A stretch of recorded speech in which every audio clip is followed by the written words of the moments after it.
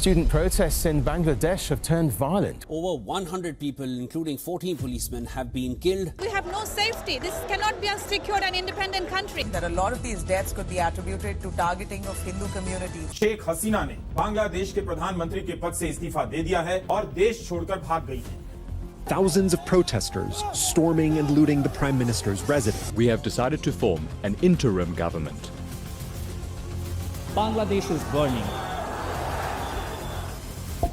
Hello दोस्तों, historical story में आपका हार्दिक स्वागत है। तो दोस्तों, आज हम एक ऐसी हस्ती के बारे में बताने जा रहे हैं जिसका राजनीतिक कैरियर होते हुए भी और ताकतवर होने के बाद भी मिनटों में उसका कैरियर खत्म हो गया।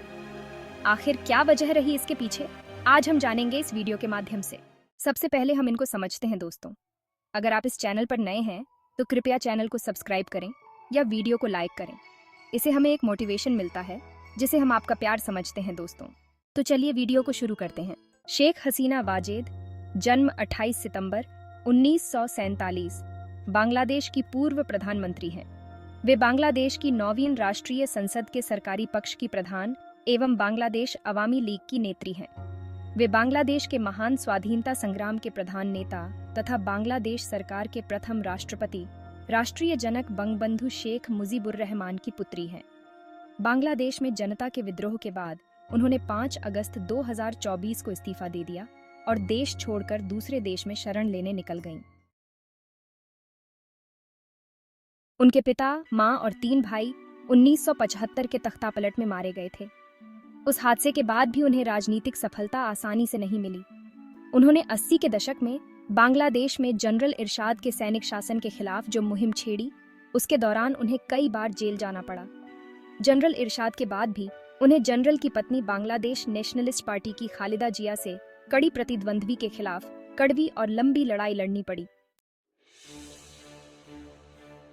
1996 में शेख हसीना ने चुनाव जीता और कई वर्षों तक देश का शासन चलाया। उसके बाद उन्हें विपक्ष में भी बैठना पड़ा।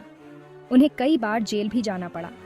उन पर एक बार जानलेवा हमला भी हुआ जिसमें वे बाल बाल बच गईं, लेकिन उस हमले में 20 से भी ज्यादा लोगों की मौत हो गई। एक बार फिर बांग्लादेश राजनीति के गहरे भंवर में फंस गया और देश की बागडोर सेना समर्थित सरकार ने संभाल ली। इस सरकार ने शेख हसीना पर भ्रष्टाचार के आरोप लगाए और उनका ज्यादातर वक्त हिरासत में ही गुजरा। इस बीच वे अपने इलाज के लिए अमेरिका भी गईं और ये अंदाजा लगाया जा रहा था कि वे जेल से बचने के लिए शायद वापस लौटकर ही ना आए, लेकिन वे वापस लौटी और 2 साल के सैनिक शासन समेत 7 साल बाद 2008 में हुए संसदीय चुनावों में विजय प्राप्त की। बांग्लादेश सैन्य तख्तापलट 2024। बांग्लादेश के प्रधानमंत्री पद से इस्तीफा देकर और ढाका से भागकर दिल्ली पहुंची शेख हसीना की टीम के सदस्यों ने अब भारत छोड़ने का फैसला किया है। सरकार के शीर्ष पदस्थ सूत्रों के हवाले से इंडिया टुडे की रिपोर्ट में कहा गया है कि अवामी लीग सरकार के खिलाफ हिंसक विद्रोह से भागकर सोमवार को भारत पहुंचे बांग्लादेश की पूर्व प्रधानमंत्री शेख हसीना की टीम के सदस्यों ने नए गंतव्यों के लिए रवाना होने की प्रक्रिया शुरू कर दी है। शेख हसीना के साथ उनकी छोटी बहन शेख रेहाना और कुछ करीबी सहयोगी हैं, जो सोमवार को सेना के हेलीकॉप्टर से भागकर दिल्ली के पास हिंडन एयरबेस पर उतरे थे और तब से सभी गोपनीय जगह पर शरण लिए हुए थे।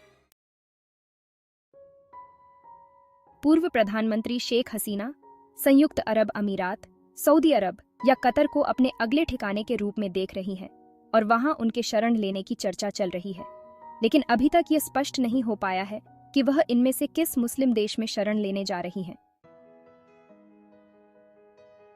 इस बीच शेख हसीना के बेटे सजीब वाजेद जॉय ने बृहस्पतिवार को कहा कि बांग्लादेश में लोकतंत्र बहाल होते ही उनकी मां अपने देश लौट जाएंगी। उन्होंने कहा कि उनके देश में अशांति फैलाने में पाकिस्तान की खुफिया एजेंसी ISI का हाथ है। PTI के साथ एक विशेष साक्षात्कार में जॉय ने कहा कि हालांकि 76 वर्षीय हसीना निश्चित रूप से बांग्लादेश लौटेंगी, लेकिन अभी यह तय नहीं है कि वह सेवानिवृत्त नेता के रूप में लौटेंगी या सक्रिय नेता के रूप में। वीडियो में आज के लिए इतना ही। अगर आपको कुछ और जानकारी चाहिए और इसका अगला पार्ट चाहिए तो हमें आप कमेंट में बता सकते हैं और अपनी बहुमूल्य राय जरूर बताएं। Thank you for watching this video.